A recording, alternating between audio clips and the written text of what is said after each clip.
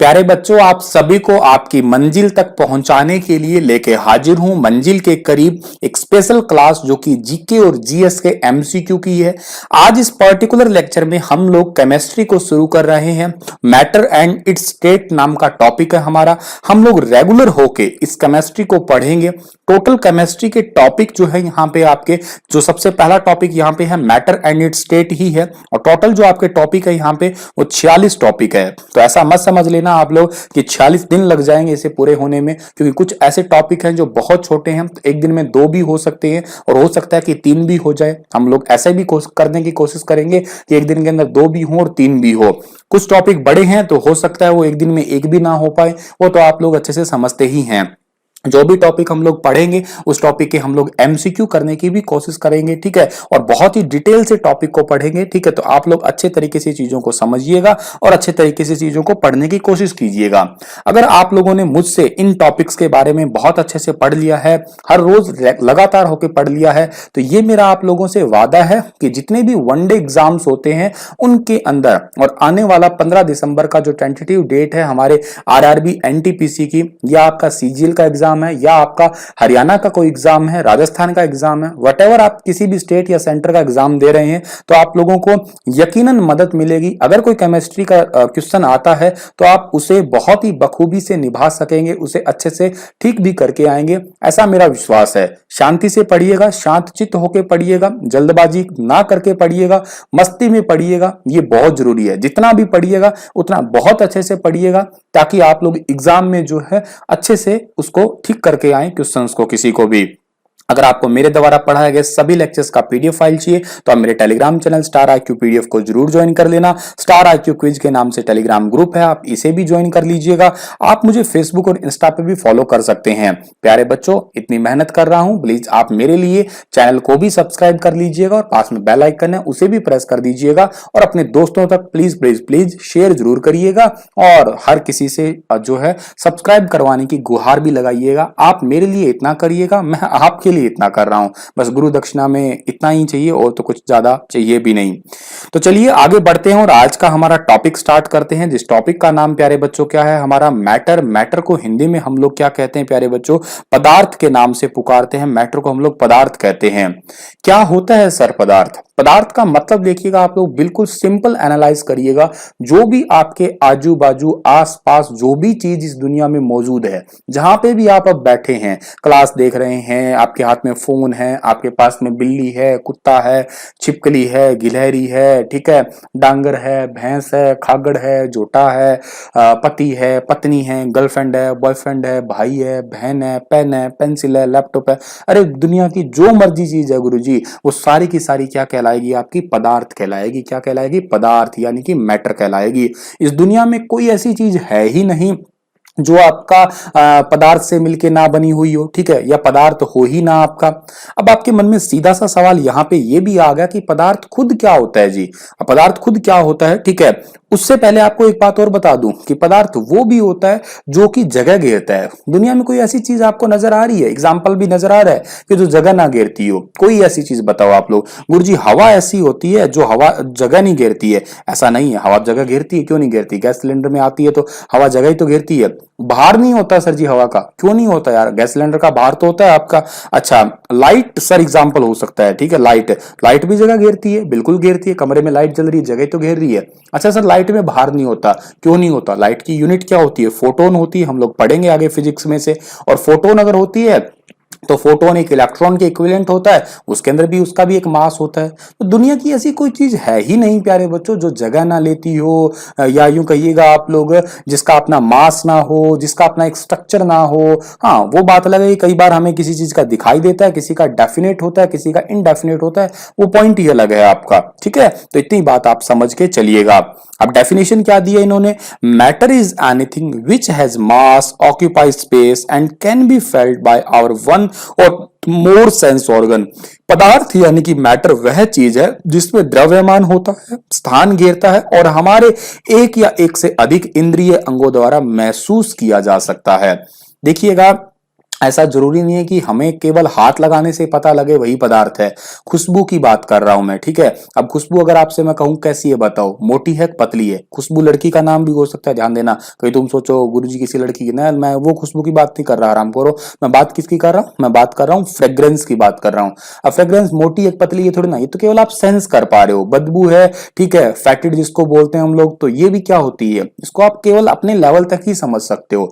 तो वही चीज जिसे आप केवल अपने लेवल तक समझ पाते हो, वो भी एक मैटर हो सकता है। कुछ चीजें ऐसी होती है गर्म ठंडा जिसे आप लोग हाथ लगा के बता सकते हो, सूंघ के थोड़ी ना बताओगे कि आपको खुशबू आ रही है कि हाँ ये गर्म की खुशबू है, ये ठंडे की खुशबू है, ऐसा तो आप बता ही नहीं सकते हैं, ठीक है।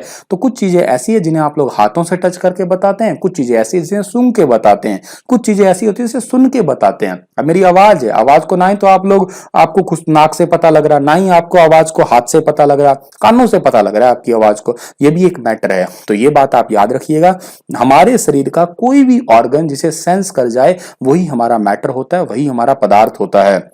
यहां गुरुजी आपने एक बात कही है कि जो द्रव्यमान होता है ना, एक वर्ड है यहाँ पे, क्या वर्ड है कि एक तो द्रव्यमान होता है पर्टिकुलर, मैं आपको यहाँ खाली स्लाइड में बताता हूं कि एक तो होता है आपका मास होता है, ठीक है, मास, ठीक है, जिसको हम लोग हिंदी में क्या कहते हैं, हिंदी में इसे हम लोग द्रव्यमान कहते हैं। और सर एक होता है यहाँ पे वेट होता है, ठीक है, जिसको हम लोग हिंदी में भार भी कहते हैं।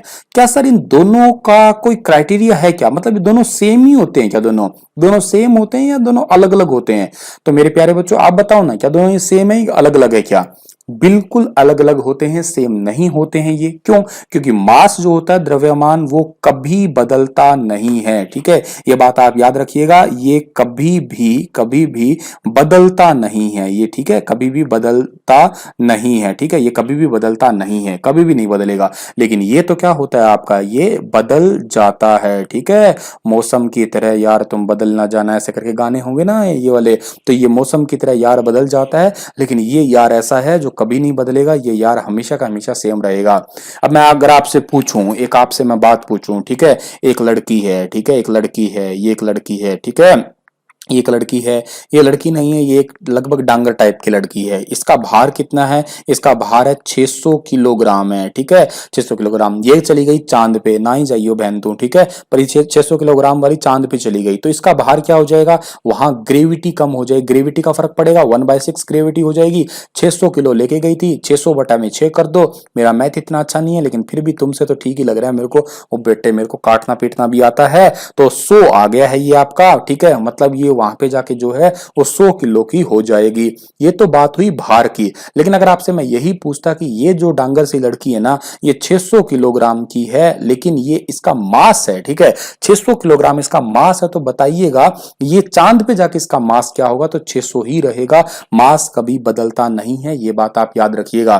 क्योंकि मास के ऊपर ग्रेविटी जो होती है उसका कोई प्रभाव नहीं पड़ता, लेकिन वेट के ऊपर ग्रेविटी यानी कि गुरुत्वाकर्षण का प्रभाव पड़ता है, ठीक है। तो ये बात भी आप अच्छे तरीके से याद कर लेना, ठीक है। स्केलर और वेक्टर क्वांटिटियां भी होती है, लेकिन आगे जाके हम लोग और लेक्चर्स ऑफ फिजिक्स वगैरह पढ़ेंगे तो इनको हम लोग समझ लेंगे। अब दुनिया की देखिएगा कोई भी चीज ऐसी नहीं है जो जगह ना घेरती हो, ठीक है। अब दूसरी डेफिनेशन क्या दी है इन्होंने, these are different kind of matter which has mass, volume and occupy space, they exist in the form of solid, liquid, gas and plasma. जगह तो घेरती है, अब वो बात अलग है कि हर किसी की शेप एक जैसी नहीं हो सकती। मान लेते हैं एक ये लड़की है, बहुत ही कोमल सी प्यारी सी लड़की है, ठीक है, और ये लड़की लगभग लगभग कितने किलो की होगी आपकी? 6 किलो की होगी, 6 या 7 किलो की लड़की है बेचारी, ठीक है। अच्छा एक लड़की है यहाँ पे, ठीक है, ये लड़की नहीं है, ये एक टाइप का डांगर है, ठीक है, तो ये जो है ये कितने किलो की है? ये लगभग लगभग आपकी मान लीजिएगा 700 किलो की, तो कम से कम मान के चलिएगा। अब ये तो क्या है, बस में दो वाली सीट में से एक वाली सीट पे क्या, मतलब दो वाली सीट पे दो जनों को और बिठा ले शायद ये, ठीक है, और ये क्या है, ये 3 वाली सीट पे अकेली बैठेगी, ठीक है, लेकिन है तो दोनों ही मैटर है, ठीक है, ये तो है तो दोनों ही मैटर है। आप कहेंगे गुरुजी कि आप ये लड़की का एग्जांपल क्यों ले रहे हैं? अब मान लो लड़का, मान लो 700 किलो का डांगर है, लड़का है, ठीक है, और ये 6-7 किलो का मतलब फूल सा लड़का है कोई, ठीक है, आप ऐसा भी एग्जांपल, आप मतलब बातों पे ऐसा ना बुरा बुरा मत मानिया करेगा, आप मतलब हंसते मुस्कुराते रहिएगा। मेरे लिए सभी प्यारे बच्चे बहुत प्यारे प्यारे हो, ठीक है, लड़कियां तो बहुत ही भोली भाली होती है, और लड़के तो उनसे भी बहुत ज्यादा भोले होते हैं, बहुत ही क्यूट और स्वीट होते हैं। अगर आपको एग्जाम्पल देखना है ना किसी क्यूट लड़के का, स्वीट लड़के का, तो आप मेरी फोटो देख लीजिएगा, आपको पता लग जाएगा कि हाँ ये एग्जाम्पल है, ठीक है। हालांकि आप कह सकते हैं कि गुरुजी वहम है, लेकिन आराम करो, अगर ये कह दिया ना टांगे तोड़ दूंगा तुम्हारी मैं। अब बस मस्त रहिएगा। एक ने एक दिन मेरे को कमेंट किया, पता नहीं मैंने देखा था कौन सी वीडियो पे कमेंट था, गुरुजी आप ये ऐड क्यों लगाते हो, ये ऊपर ना ऐड क्यों लगाते हो। पहली बात बेटा ये तो है नहीं कि मैं निक्कर बनियान की ऐड लगाता हूँ, ऐसे तो है नहीं कि यहाँ पे मैं ये लिख रहा हूँ कि यहाँ पे बनियान रूपा की बनियान खरीदिएगा, लक्स साबुन खरीदिएगा, ऐसा तो ऐड है नहीं यहाँ पे। ऐड वेड कुछ नहीं है मेरे प्यारे बच्चे, बस ऐसा लिखा हुआ है कि ये क्विज ग्रुप है, ताकि आपको आसानी से क्विज ग्रुप मिल जाए। और आपके लिए ये बेटा मेहनत हो रही है, यहाँ पे बहुत अच्छे अच्छे क्विज होती रहती है, आपको बड़ा एग्जाम में हेल्प मिलेगी। आपको अगर लेक्चर्स की अपडेट चाहिए तो ये दे रखा है, पीडीएफ चाहिए तो ये दे रखा है, ऐड यही है। बाकी फिर भी अगर आपको बुरा लग रहा है तो भाई लगता रहे, मैं क्या कर सकता हूँ, मेरा कौन सा पूंजड़ पड़ोगे, वो तो है नहीं मेरे, क्या कर सकते हैं। आप मस्त रहिएगा यार, इन बातों पे ध्यान ना दीजिएगा, आप पढ़ाई पे ध्यान दीजिएगा, जितने मस्त हो सकते हो उतना दीजिएगा, ठीक है। पढ़ाई पे ध्यान दीजिएगा और मस्त हो सकते हो उतना रहिएगा, आप लोग खुश रहिएगा, आप लोग जितना हो सकते हो उतना। अब आपको मैं एक बात आगे और बताता हूं कि जो मैटर्स होते हैं ना वो कितने टाइप के होते हैं गुरुजी। पदार्थ के प्रकार बताइएगा हमें कितने प्रकार के होते हैं, ठीक है। पदार्थ के प्रकार कितने होते हैं, टाइप्स कितने होते हैं सर मैटर के। तो मेरे प्यारे बच्चों मैटर के जनरली दो ही टाइप होते हैं। एक टाइप होता है आपका फिजिकल मैटर, जिसको हम लोग कहते हैं हिंदी में, जिसको हम लोग क्या कहते हैं, भौतिक पदार्थ के नाम से जानते हैं। और एक हमारा कौन सा होता है, एक हमारा होता है केमिकल मैटर होता है, जिसको हम लोग क्या कहते हैं, रासायनिक पदार्थ के नाम से पुकारते हैं, ठीक है, रासायनिक। अब फिजिकल मैटर तो वो होता है जिसको आप लोग, जिसकी शेप डेफिनेट हो, जिसका साइज वगैरह हो, जिसको आप लोग मतलब जर्नली यूं कहिएगा कॉमन तरीके से जानते हो, जैसे सॉलिड हुआ, लिक्विड हुआ, मतलब ये तो 5 टाइप का है, बहुत ही अच्छे से तरीके से जानते हो उसे आप लोग। जैसे एक इसके अंदर क्या होता है आपका सॉलिड होता है, जिसको हम लोग हिंदी में क्या कहते हैं, ठोस कहते हैं। एक हमारा कौन सा होता है, लिक्विड होता है, इसको हिंदी में क्या कहते हैं, हम लोग द्रव कहते हैं, ठीक है।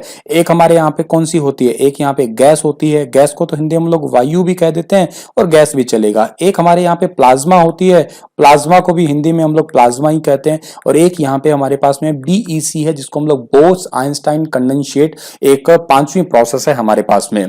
तो फिजिकल मैटर तो हमारे पास में 5 टाइप का होता है। लेकिन सर केमिकल जो होता है वो क्या होता है। अब केमिकल का मतलब ये है कि जिसे आप लोग जर्नली सेंस नहीं कर पाते, इसकी डेफिनेट शेप साइज के बारे में कुछ खास बता नहीं सकते। अगर मैं आपसे कहता हूं, कोई व्यक्ति कोई कहता है, ठीक है, कोई पति कहता है अपनी पत्नी को कि जानू मैं आपसे बहुत प्यार करता हूं, ठीक है, प्यार प्यार तो जानते हो ना आप लोग, बहुत अच्छे से जानते हो, आराम करो, तुम मना करने की जरूरत नहीं है, चोंचले के नहीं करोगे कोई भी, सब पता है तुम्हें, ठीक है। अच्छा लव, अच्छे से जानते हो कि लव क्या होता है, प्यार है। अच्छा कोई पति अपनी पत्नी को कहता है कि जानू मैं तुमसे बहुत प्यार करता हूं, कितना प्यार करते हो जानू, वो कह देता है कि जानू मैं तुमसे करता हूं 1 किलो प्यार करता हूं, पूरा 1 किलो प्यार करता हूं। यूं समझ लो उस भाई साहब के हाथ पैर तो टूट ही गए हैं, और शायद हो सकता है कि उसे एम्बुलेंस बुला के घायल की गिनती में आएगा वो। 1 किलो प्यार, शर्म नहीं आती तेरे को, 1 किलो तू प्यार करता है। कोई कह दे मैं आपसे 6 किलो प्यार करता हूं, 5 किलो प्यार करता हूं, ये कोई प्यार की कैटेगरी तो नहीं है। नफरत करता हूं, आई हेट यू, कितनी हेट भाई, कितनी नफरत करते हो बताओ तुम लोग, 5 टन नफरत करता हूं, ये कोई मतलब थोड़ा ना होता है। आज मुझे आप बहुत ही ज्यादा अच्छे लग रहे हो, अच्छी लग रही हो, कितने अच्छे लग रहे हो बताओ। आज आप मुझे जो है ना 7 सेंटीमीटर अच्छे लग रहे हो, कल मुझे आप लग रहे थे 2 सेंटीमीटर अच्छे। मुंह पे पड़ेंगे, यूं समझ लेना आप लोग। और मुंह पे पड़ने का मतलब होता है दोनों गाल पे थप्पड़ पड़ना। ये कोई तरीका थोड़ा ना बताने का, बस ये तो फीलिंग्स होती है। समझा तो किसी को कैसे सकते हैं कि प्यार है, नफरत है, अच्छे लग रहे हो, बुरे लग रहे हो, ठीक है, तीखा लग रहा है। कोई कह दे कि मिर्च कैसी होती है, मिर्च का स्वाद कैसा होता है, तीखा क्या होता है बताओ, खा ले मिर्च, खा ले मिर्च, पता लग जाएगा ये। कोई कहता है दर्द कैसा होता है, मारो खींच के रैप्टा, पता लग जाएगा ये दर्द होता है। अब बता छोड़ सकता हूँ ये दर्द होता है, ऐसा दर्द होता है, अच्छा फील हुआ मारने रैप्टे पे, अच्छा पता ये वो दर्द, हाँ हुआ, यही होता है फिर दर्द। कोई कहता है मीठा क्या होता है, मतलब खा ले गुलाब जामुन, खा ले रसगुल्ला, और नहीं पता लग रहा चाशनी और पी ले साथ में, मतलब आप इनको बता ही नहीं सकते ना किसी चीज को। तो ये समझिएगा केमिकल यही होता है आपका। गुरुजी कितने टाइप का होता है, 2 टाइप का होता है प्यारे बच्चों। एक होता है आपका एलिमेंट होता है, जिसको हम लोग हिंदी में तत्व कहते हैं, और एक हमारा कौन सा होता है यहाँ पे, एक हमारा होता है कंपाउंड। कंपाउंड को हिंदी में हम लोग क्या कहते हैं, यौगिक के नाम से पुकारा करते हैं। तो ये हमारे मैटर के टाइप्स हैं जो आप लोगों ने अच्छे से समझ लिए हैं। अब आपको मैं यहाँ पे स्लाइड्स में भी दिखा देता हूँ। 2 टाइप के मैटर्स होते हैं, एक आपका फिजिकल कंपोजिशंस का होता है और एक हमारा कौन सा होता है, केमिकल कंपोजिशंस का होता है, ठीक है। फिजिकल में मैंने आपको 5 बताए, इन पांचों के भी मैं आपको डिटेल से बताने की कोशिश करता हूं। एक हमारे पास में सॉलिड है, ठीक है। सॉलिड को हम लोग हिंदी में क्या कहते हैं, सॉलिड को हिंदी में हम लोग कहते हैं ठोस कहते हैं। इसको हिंदी में क्या कहते हैं हम लोग, इसको हम लोग द्रव्य कहते हैं, तरल भी कह सकते हैं, कई जगह तरल भी लिखा होता है। और एक हमारे पास में कौन सी है, वायु कह सकते हो, गैस कह सकते हो, चलेगा, हिंदी में इसको कई बार गैस भी लिखा होता है, ये भी आप चला लीजिएगा बाल। अब आप डायग्राम से ही समझ जाएंगे, सब कुछ कहानी जो है वो डायग्राम की ही है, बाकी तो सारे सारे मजाक ही समझिएगा आप। इसके अंदर देखो, दुनिया का अगर आपसे पूछा जाए कि मैटर जो होता है ना गुरुजी, खुद मैटर किसका बनता है, तो मैटर मेरे प्यारे बच्चों बनता है आपका मॉलिक्यूल्स का। और मॉलिक्यूल के अंदर भी क्या चीज होती है आपकी, एटम होता है। इसको हम लोग क्या कहते हैं, इसको हिंदी में हम लोग अणु कहते हैं, इसको हिंदी में हम क्या कहते हैं, परमाणु के नाम से पुकारते हैं इसको हम लोग। दुनिया की ऐसी कोई चीज है नहीं जिसके अंदर एटम ना हो, परमाणु ना हो। दुनिया की हर एक चीज के अंदर एटम होता है, परमाणु होता है। ये बात आप अच्छे तरीके से अपने मन में बसा लीजिएगा, समझा लीजिएगा अपने आप को। अब क्या है कि दुनिया की हर एक चीज के अंदर एटम है, परमाणु है, ये तो बात आप समझ गए।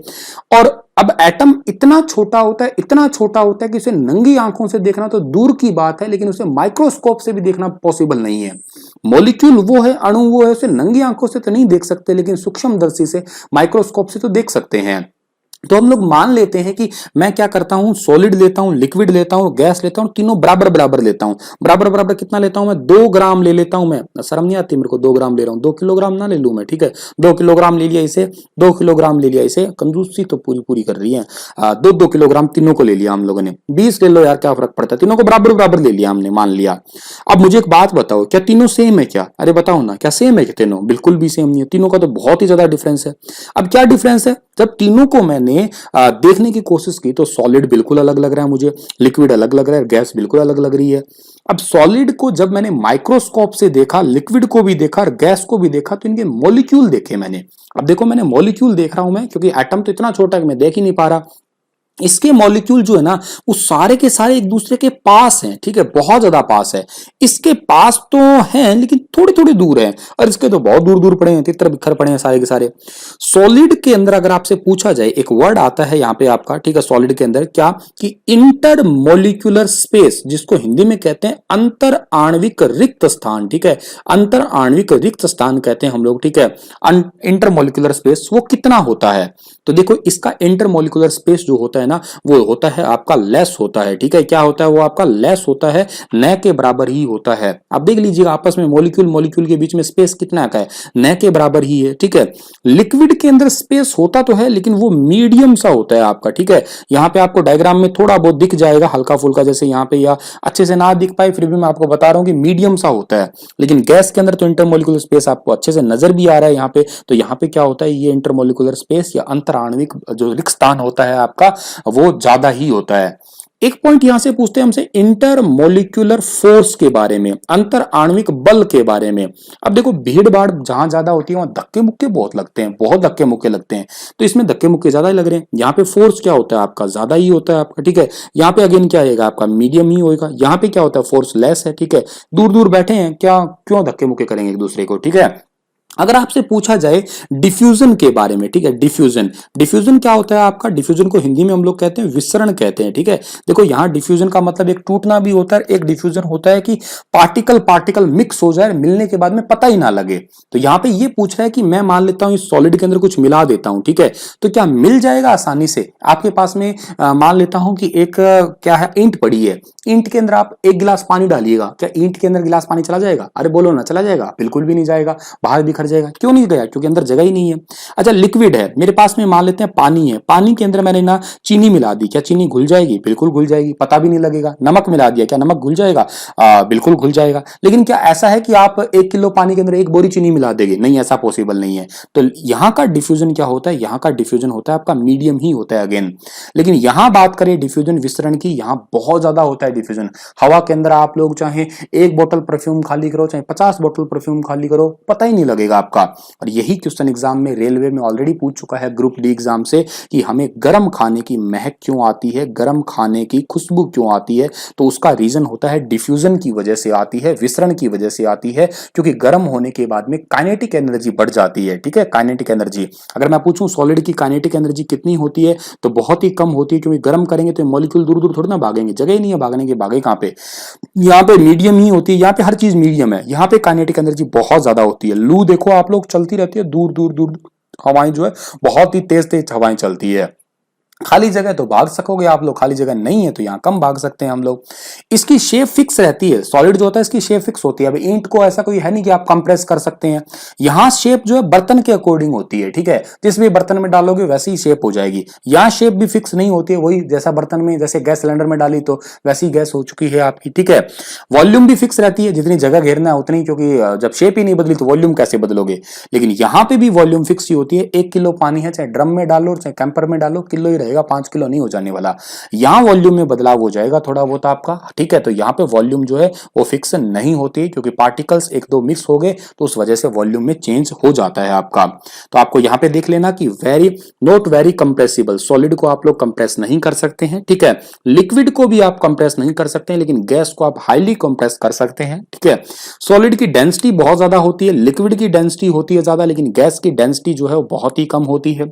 इसका वॉल्यूम फिक्स होता है, इसका भी वॉल्यूम फिक्स होता है, मैंने कहा इसका वॉल्यूम फिक्स नहीं होता, अभी बताइए आपको बात मैंने। इसकी शेप भी जो है फिक्स रहती है, अपने आप की शेप जो है रिटेन रखता ही है। ये कंटेनर के अकॉर्डिंग होता है, ये भी कंटेनर के अकॉर्डिंग होता है।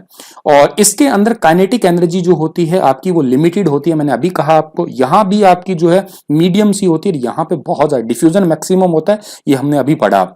एक्सपेंशन ऑफ हीटिंग, जब गर्म करेंगे तो फैलाव जो है यहाँ पे बहुत कम होता है, यहाँ पे भी बहुत ही कम होता है, लेकिन यहाँ पे फैलाव जो है बहुत, किसी भी गर्म हवा वगैरह को गर्म कर देते हैं, गर्म खाने की खुशबू क्यों आती है, गर्म करते ही दूर दूर दूर दूर चली जाती है वो आपकी।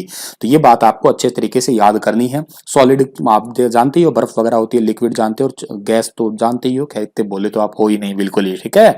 ये शेप वगैरह बनाई गई है, आप इनको भी समझ सकते हैं, ठीक है बात भाई। तो अगर आपसे बॉन्डिंग पूछी जाए तो सॉलिड के अंदर स्ट्रॉन्ग बॉन्डिंग होती है, लिक्विड की वीक होती है, और गैस की आपस की बॉन्डिंग तो बहुत ही कम होती है। एग्जाम्पल इसका चट्टान हो सकता है, इसका पानी हो सकता है, इसके आपके जो कण होते हैं वायु वगैरह के, वही इसके जो हैं आपके या यूं कहिएगा आप लोग हवा या गैस जो है इसका एग्जाम्पल है, ठीक है। तो ये बात आप समझ गए। अब 3 स्टेट आप समझ गए, चौथी स्टेट में आते हैं हम लोग, प्लाज्मा की बात करते हैं। बहुत ही ज्यादा हाई टेम्परेचर पे हमें ये अचीव होती है। देखो लिख रखा है, at very high temperature of stars atom lose their electrons, the mixer of electrons and nuclei that result is plasma state of matter. मतलब क्या है सर इसका, मान लेते हैं हमारे पास में एक एटम है, एटम के अंदर क्या होता है आपका, एक न्यूक्लियस होता है, उसके अंदर प्रोटॉन होता है, न्यूट्रॉन होता है, बाहर इलेक्ट्रॉन चक्कर काट रहा होता है। किसी भी एटम को जब आप इतनी ज्यादा एनर्जी प्रोवाइड कर देते हैं, इतना ज्यादा टेम्परेचर प्रोवाइड कर देते हैं, तो ये एटम का इलेक्ट्रॉन जो है टूट के बाहर जाएगा। और किसी भी एटम से इलेक्ट्रॉन जब टूट के बाहर जाएगा, आयनाइज होके बाहर जाएगा, इसी कंडीशन को हम लोग प्लाज्मा स्टेट कह देते हैं। यही आपकी प्लाज्मा होती है। तो प्लाज्मा आपकी यही होती है एट वेरी हाई टेम्परेचर, जैसे स्टार हैं, एटम्स हैं, जब अपनी इलेक्ट्रॉन्स लूज कर देते हैं उसी को हम प्लाज्मा कहते हैं। जैसे बिजली चमकना इसका एक बहुत ही अच्छा एग्जांपल है, ठीक है, प्लाज्मा का ही एग्जांपल है। सूरज के अंदर कौन सी स्टेट पाई जाती है, तो प्लाज्मा ही पाई जाती है। हमारी जो फ्लोरोसेंट लाइट है, घर में ट्यूब लाइट है, वो भी किसका एग्जांपल है, वो भी आपका एक प्लाज्मा का ही एग्जांपल है। तो ये बहुत अच्छे तरीके से आप याद रखिएगा कि सूरज किसका एग्जांपल है, हमारे घर की ट्यूबलाइट किसका एग्जांपल है, बिजली चमकना जो लाइटनिंग होती है वो किसका एग्जांपल है। ये सारे एग्जांपल प्लाज्मा के हैं। इतना ही याद कर लेना काफी है। बहुत ही हाई टेम्परेचर पे क्या होता है, किसी गैस का आयनाइजेशन हो जाना आपका, ठीक है। जैसे हम लोग ट्यूबलाइट का एक एग्जांपल ले सकते हैं कि ऐसे एक ट्यूबलाइट ली हमने, इसके अंदर HGS डाल दी, मर्क्यूरिक ऑक्साइड डाल दी। जैसे इसके अंदर हम लोग किसी सप्लाई से जोड़ते हैं, हाई टेम्परेचर इसको सप्लाई करते हैं, तो इसके अंदर गैस जो है इसकी आयनाइजेशन फॉर्म में कन्वर्ट हो जाती है, जिससे हमें जो है चमक फील होती है। तो ये बात आप याद करिएगा इससे। और plasma consist of a highly charge particle with extremely high kinetic energy. Plasma के पास में बहुत ही हाई काइनेटिक एनर्जी होती है। द नोबल गैसेस जैसे हीलियम है, नियॉन है, आर्गन है, क्रिप्टॉन है, जिनॉन है, रेडॉन है, ये सारे के सारे जनरली यूज करते हैं हम लोग प्लाज्मा के अंदर ही, प्लाज्मा स्टेट के अंदर। जिनॉन और क्रिप्टॉन का तो बहुत यूज करते हैं, जिनॉन फ्लैश लाइट के अंदर यूज होती है जनरली आपकी, ठीक है। अगली आपकी पांचवी और लास्ट स्टेज है इसकी BEC, जिसको हम लोग बोस आइंस्टाइन कंडेंसेट के नाम से पुकारते हैं। Is a state of matter that consist of a collection of atom near absolute zero temperature, all the atoms have lowest possible quantum energy state. मतलब क्या है, दुनिया का सबसे कम temperature -273 degree Celsius, -273.15 degree Celsius, इतने डिग्री टेम्परेचर पे जब किसी भी गैस को जब हम ठंडा करते हैं, मेरी बात को बड़े सिंपल शब्दों में समझिएगा, जब किसी लो डेंसिटी गैस को, जब किसी कम घनत्व गैस को सबसे कम टेम्परेचर पे ठंडा करते हैं तो हमें BEC अचीव होती है। बस इतनी बात याद कर लेना आप लोग। जब किसी भी दुनिया की सबसे कम घनत्व, जैसे रुबिडियम लेते हैं, इसके अंदर हम लोग जनरली सबसे कम टेम्परेचर पे ठंडा करते हैं तो दुनिया का एक हमें नई स्टेट प्राप्त होती है, इसको हम लोग बीईसी कहते हैं। अल्बर्ट आइंस्टाइन ने इसी थ्योरी दी थी। प्रैक्टिकल इसका हमारे इंडिया के सत्येंद्रनाथ बोस, एसएन बोस है, उन्होंने किया था इसका, ठीक है। तो इसे वैज्ञानिकों ने 1995 में फाइनल इसको स्टेज दी थी, ठीक है। BEC was created by scientist in 1995 using a combination of lasers and magnets. Eric Cornell and Carl Wiemans scientist हैं जिन्होंने स्टार्टिंग में इसको जॉइंट इंस्टीट्यूट के अंदर जो है प्रैक्टिकल किया था, लेकिन उनसे पहले जो है आइंस्टाइन और बोस जो है इन्होंने थ्योरी दे चुके थे। ये एब्सोल्यूट 0 डिग्री टेम्परेचर पे कह सकते हो आप लोग, ठीक है। तो ये बात आप अच्छे तरीके से याद कर लेना। At this extremely low temperature molecular motion comes very close to stopping.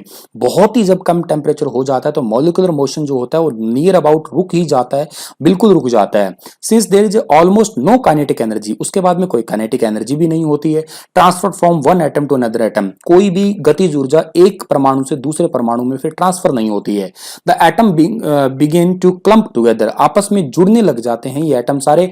There are no longer thousands of separate atom, और बहुत टाइम के बाद में जो है ये अलग होते ही नहीं है और उन्हें फिर हम लोग सुपर एटम कहते हैं। तो ये डेफिनेशन, ये स्लाइड बहुत इंपॉर्टेंट है। बीईसी के अंदर क्या होता है, जब आप लोग किसी भी कम घनत्व की गैस को सुपर लो टेम्परेचर पे ठंडा करते हैं तो हमें बीईसी प्राप्त होती है। बीईसी का मतलब है कि हमें वहां से सुपर एटम प्राप्त होता है जो कि मॉलिक्यूल से तो छोटा होता है पर एटम से थोड़ा बड़ा होता है।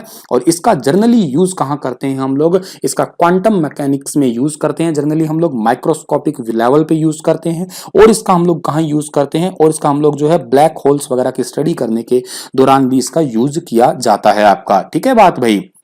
ये तो आप समझ गए पांचों स्टेट।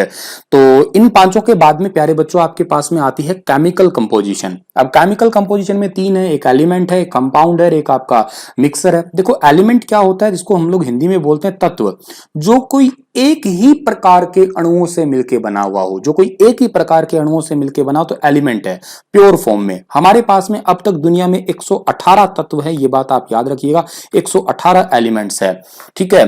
कंपाउंड की अगर मैं बात करता हूं यहां पे, जैसे पीरियोडिक टेबल में हम पढ़ेंगे, आगे बताऊंगा आपको मैं। कंपाउंड क्या होता है, यौगिक होता है, जो दो या दो से ज्यादा तत्वों से मिलकर बनता है वो आपका कंपाउंड होता है, ठीक है। और मिक्सर क्या होता है आपका, ये भी दो या दो से ज्यादा तत्वों से मिलकर बनता है, लेकिन ये क्या होता है आपका, एक फिक्स होता है इसका रेशियो, लेकिन यहां पे कोई रेशियो जो है वो फिक्स नहीं होता है। जैसे फॉर एग्जांपल मैं बात करता हूं H2O, ये एक कंपाउंड है, लेकिन मैं बात करूं यहां पे पानी प्लस में चीनी, तो ये कोई कंपाउंड नहीं है, ये एक मिक्सर है। H2O तभी बनेगा, हाइड्रोजन के दो रेशियो और ऑक्सीजन का एक जब पड़ेगा तभी जाके आपका जो है क्या कह सकते हो आप लोग, हाइड्रोजन दो और एक ऑक्सीजन होगा तभी जाके आपका पानी बनेगा। या आप यूं कह सकते हो कि हाइड्रोजन दो है 2 पे आती है, ऑक्सीजन 16 पे आती है, 2 एकम 2, 2 अठे 16, 1:8 में जब आप इन दोनों को मिलाओगे तो ही जाके आपका पानी बनेगा। इस रेशियो में अगर आप मिलाते हो तो दुनिया के किसी कोने में, चाहे मंगल ग्रह पे बनाओ, फिर भी पानी बन जाएगा। लेकिन पानी और चीनी में ऐसा कोई फिक्स थोड़ा ना है कि 1 किलो पानी में 200 ग्राम चीनी मिलाओ तो पानी मीठा होगा। कितनी मर्जी मिलाओ, जितना दिल करे उतनी मिलाओ तो ही मीठा हो जाएगा। तो मिक्सर का कोई फिक्स रेशियो नहीं होता, कंपाउंड का फिक्स रेशियो होता है। एक मजे की बात और है कि इनको जो फिक्स रेशियो में मिलाते हो ना तो ये अपना कॉन्स्टिट्यूएंट यानी कि अवयव बदल देते हैं। मतलब अकेला हाइड्रोजन कुछ और था, ऑक्सीजन अकेला कुछ और था, मिलाया तो कुछ और ही बन गया, चेंज ही हो गया, नेचर ही चेंज हो गया, मतलब लिक्विड बन गया। कार्बन अकेला कुछ है, ऑक्सीजन अकेला कुछ है, मिलाया तो कार्बन मोनोऑक्साइड हो गया, जो कि मीठी जहरीली गैस बन गई आपकी H2SO4, ठीक है, बिल्कुल ही अलग बन गया। हाइड्रोजन अलग है, सल्फर अलग है, ऑक्सीजन अलग है, मिलाया तो आपका ये एसिड बन गया।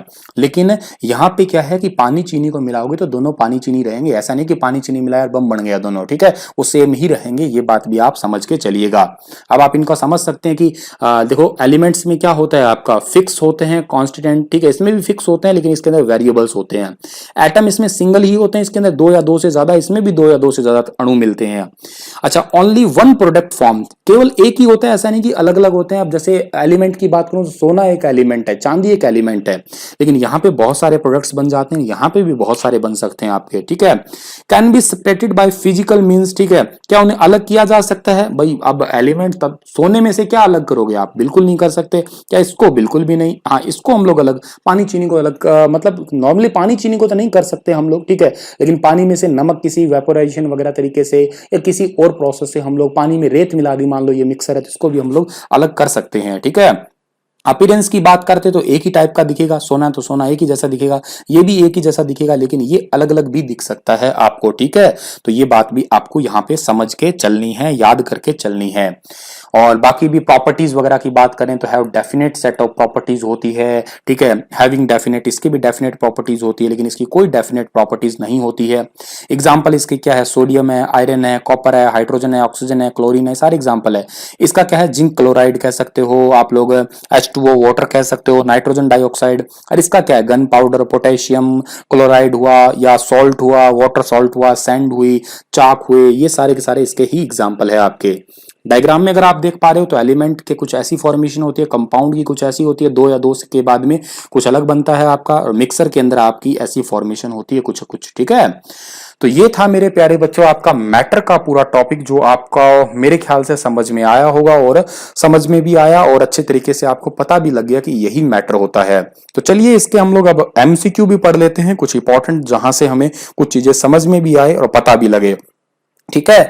Name the particles which makes up matter, उन कणों का नाम बताइए जो पदार्थ बनाते हैं। अब पदार्थ कौन कौन से बनाते हैं, नॉन मेटल बनाते हैं क्या, अरे भाई क्या तुमने ऑप्शन दिया है, मेटल क्या ऑप्शन दिया, मेटलॉइड क्या ऑप्शन दिया, बिल्कुल तीनों ऑप्शन तो सरासर गलत है। अब आपको अभी बताया मैंने कि पदार्थ किससे मिलकर बना होता है, मॉलिक्यूल्स या एटम, सबसे छोटा पार्ट क्या है यहाँ पे, एटम है। तो इस क्वेश्चन का सही आंसर क्या हो गया हमारा, एटम। एटम में भी क्या होता है, प्रोटॉन होता है, न्यूट्रॉन होता है और इलेक्ट्रॉन होता है। अब इनके बारे में तो हम लोग बहुत अच्छे से पढ़ेंगे, जब आगे एटॉमिक स्ट्रक्चर पढ़ रहे होंगे तब पढ़ेंगे। इलेक्ट्रॉन आपको मैं बता देता हूं, बाहर चक्कर काट रहा होता है, चाहे बाहरी चक्कर क्यों काटता है इसको भी पढ़ाऊंगा मैं। और जो अंदर होता है वो प्रोटॉन और न्यूट्रॉन होता है, बाहर इलेक्ट्रॉन चक्कर काट रहा होता है। दूसरा क्वेश्चन क्या कहता है हमारे यहाँ पे, 10 क्वेश्चन है टोटल प्यारे बच्चों यहाँ पे हमारे पास में। Particles of matter have following practices, matter यानी कि पदार्थ के कण निम्नलिखित विशेषताएं होती है। पदार्थ के कणों की विशेषता क्या होती है, मतलब उनके जो पार्टिकल्स होते हैं उनकी क्या विशेषता है। मॉलिक्यूल के अलावा हम पार्टिकल भी कह देते हैं कई बार। दे कांस्टेंट मूव, क्या वो लगातार चलते रहते हैं क्या, हाँ बिल्कुल चलते रहते हैं, बिल्कुल है, सही बात है। दे अट्रैक्ट ईच अदर, क्या वो एक दूसरे को आकर्षित करते हैं, बिल्कुल करते हैं, ठीक है।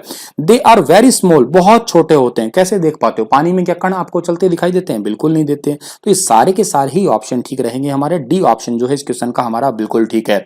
ऑल ऑफ द वो ही है, ये चलते रहते हैं, मूव करते रहते हैं। अब सॉलिड है उनके अंदर थोड़ा कम करते हैं, लिक्विड में थोड़ा सा ज्यादा करते हैं, और गैस के अंदर उससे भी थोड़े से ज्यादा मूवमेंट होती है आपकी। Which of the following is a property of solid, इनमें से सॉलिड की कौन सी प्रॉपर्टी या विशेषता होती है। कैन बी कंप्रेस्ड, नहीं ये तो गैस की प्रॉपर्टी होती है, गैस को हाईली कंप्रेस्ड कर सकते हो आप लोग। हैव डेफिनेट शेप, हाँ ये सॉलिड की प्रॉपर्टी होती है, बी ऑप्शन हुआ इसका। हैव लो डेंसिटी, नहीं जी डेंसिटी लो नहीं होती है। और इंटरमोलिकुलर फोर्स इज लेस, नहीं ये तो बहुत ज्यादा होता है फोर्स आपका, ठीक है। तो ये बात भी आप अच्छे तरीके से समझ लेना, अभी पढ़ाया ही था मैंने आपको, ठीक है। डेफिनेट शेप होती है क्योंकि इसके अंदर फोर्स बहुत ज्यादा होता है आपका। For dryness why crystallization is better technique than evaporization, शुष्कता के लिए क्रिस्टलीकरण वाष्पीकरण से बेहतर तकनीक क्यों है। देखिएगा इसको थोड़ा समझिएगा आप लोग, क्या बात है, इसका मतलब क्या है, देखिएगा। देखो क्रिस्टलाइजेशन मेथड होता क्या है, पहले तो आपको यह समझना पड़ेगा, तब जाके आप इस क्वेश्चन को समझ पाएंगे। Crystallisation is a common technique use to purify solid, solid को प्यूरिफाई करने के लिए जनरली इसका यूज करते हैं हम लोग। Two common method of crystallisation are, दो बहुत ही कॉमन मेथड है क्रिस्टलाइजेशन के, एक है आपका ग्रेजुअल कूलिंग होता है, एक आपका होता है डिफ्यूजन होता है। अच्छा इस कूलिंग के दौरान क्या होता है, cooling involves dissolving the impure solid in a minimum amount of A hot solvent, solvent क्या होता है जिसके अंदर हम लोग कुछ घोल सकें, and allowing the resulting solution to cool slowly to room temperature. देखो क्या होता है कि किसी भी सॉलिड के अंदर हम लोग कुछ मिनिमम अमाउंट में कोई गर्म सॉल्वेंट डाल देते हैं, फिर उसे धीरे धीरे ठंडा करते हैं, ठीक है, ग्रेजुअल ठंडा करते हैं, कूल करते हैं, तो हमें जो है क्रिस्टलाइजेशन प्रोसेस के थ्रू से जो है हम लोग साफ कर सकते हैं। जैसे कुछ इस टाइप से डायग्राम वगैरह में आपको जो है दिखा रखा होगा। मतलब आप इतना ना भी याद रखें तो इतना भी याद कर सकते हैं कि क्रिस्टलाइजेशन मेथड इतना होता है कि जो कि सॉलिड को जनरली प्योर करने में काम आता है आपका। अब यहाँ पे प्योर करने काम आता है तो इसका आंसर भी यही है कि इंप्योरिटीज गेट रिमूव्ड, अशुद्धता को हटाने के लिए, शुष्कता के लिए क्रिस्टलीकरण वाष्पीकरण से बेहतर है, ठीक है। क्योंकि क्रिस्टलीकरण से देखो ऐसा तो है नहीं कि मैं अगर बाहर रख दिया और वो वाष्पीकरण से लोहा शुद्ध हो जाएगा, ऐसा नहीं है। क्रिस्टलाइजेशन प्रोसेस से उसे साफ किया जा सकता है आपका, ठीक है। तो ये बी ऑप्शन जो है हमारा वो बिल्कुल ठीक हुआ इस क्वेश्चन का हमारा। इवेपोराइजेशन क्या होता है सर हमारा, is the process by which water changes from a liquid to a gas और a vapour.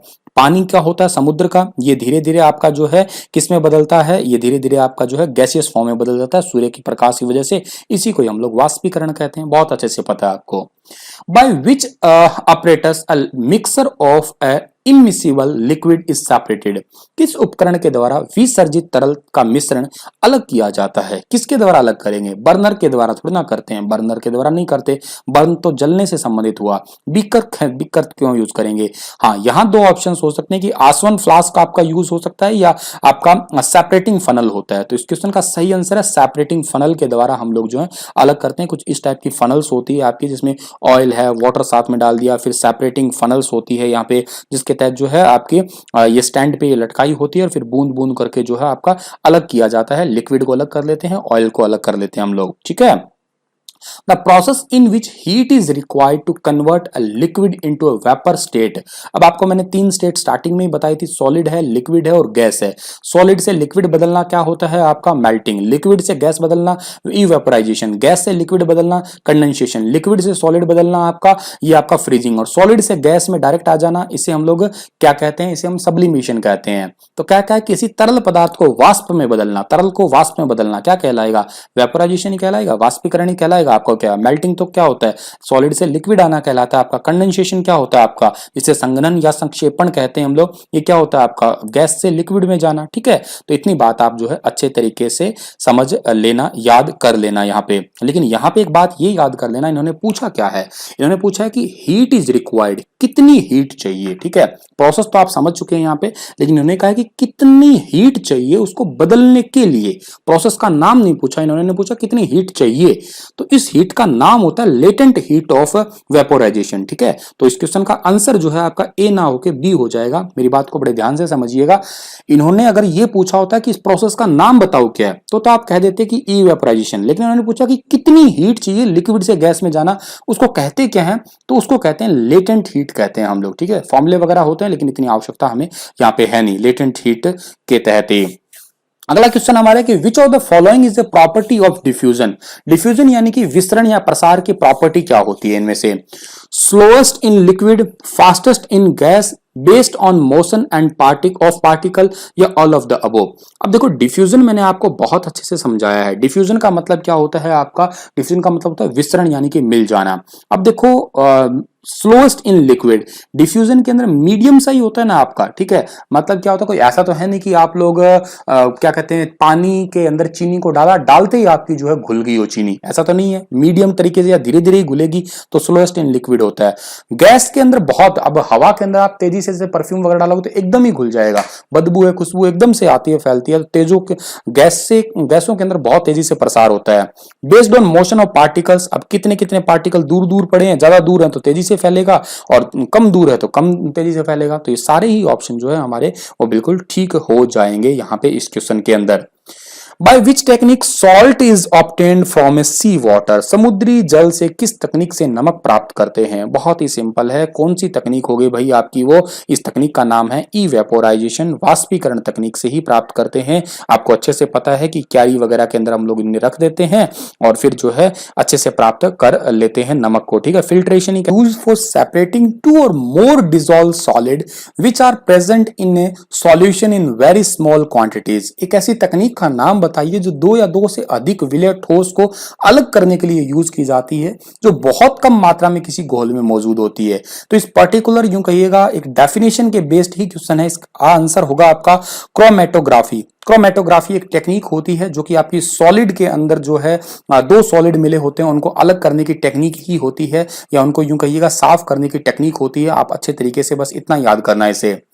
Diffusion in liquid is an example of, liquid में डिफ्यूजन किसका एग्जांपल होता है भैया आपका, लिक्विड में डिफ्यूजन। स्मेल इन परफ्यूम, अब ये तो क्या होता है आपका, ये तो गैस में डिफ्यूजन हुआ। स्मेल इन फूड, स्मेल कहीं पे भी आ रहा है तो क्या आपका, ये भी आपका गैस में डिफ्यूजन हुआ।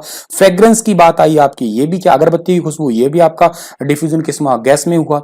लेकिन इंक, अब पानी में इंक अगर मिलाते हो आप लोग तो ये तो क्या हुआ, ये डिफ्यूजन किसका हुआ, ये तो आपका होता है वो लिक्विड वाला ही होता है। ठीक है, तो इस बात को आप अच्छे तरीके से समझ लेना। हाँ, एक बात यहाँ पे ध्यान देना आप लोग, ink diffuse in water because of a random motion of water and ink molecules higher concentration to those lower concentration. कोई चीज होती है हायर टू लोअर, पानी ऊपर से नीचे ही जाता है, तो बात आपको अच्छे से ही पता है। यहाँ एक बात है कि स्मेल ऑफ परफ्यूम को एग्जांपल सेंट हो सकता है आपका, या 7 टाइप की स्मेल होती है जो बेसिक फ्रेग्रेंट होती है, जैसे फ्लावर्स वगैरह के अंदर या परफ्यूम्स की है। फ्रूटी होती है, नॉन सिट्रस फ्रूट्स की होती है, सिट्रस की लेमन्स वगैरह जो होती है, वुडी जो होती है पाइन्स या कट ग्रास वगैरह की, या फ्रेश ग्रास कह सकते हो आप लोग। केमिकल अमोनिया वगैरह की होती है, स्वीट किसकी, चॉकलेट वनीला वगैरह की, और मिंटी किसकी होती है, पिपरमेंट वगैरह की, या आपकी कैम्फर कपूर की या यूकेलिप्टस वगैरह की होती है। ठीक है, तो बस इतना ही था हमारा लेक्चर, यही था आपका पूरा चैप्टर। उम्मीद है कि आपको ये समझ में आया, मजा भी आया, पढ़े भी आप लोग, बढ़िया तरीके से समझ भी आया आपको। धन्यवाद, हंसते रहना, मुस्कुराते रहना, कल फिर हाजिर रहूंगा अगले टॉपिक लेके आप लोगों के लिए। शेयर जरूर कर देना, बता भी देना कमेंट में कैसा लगा।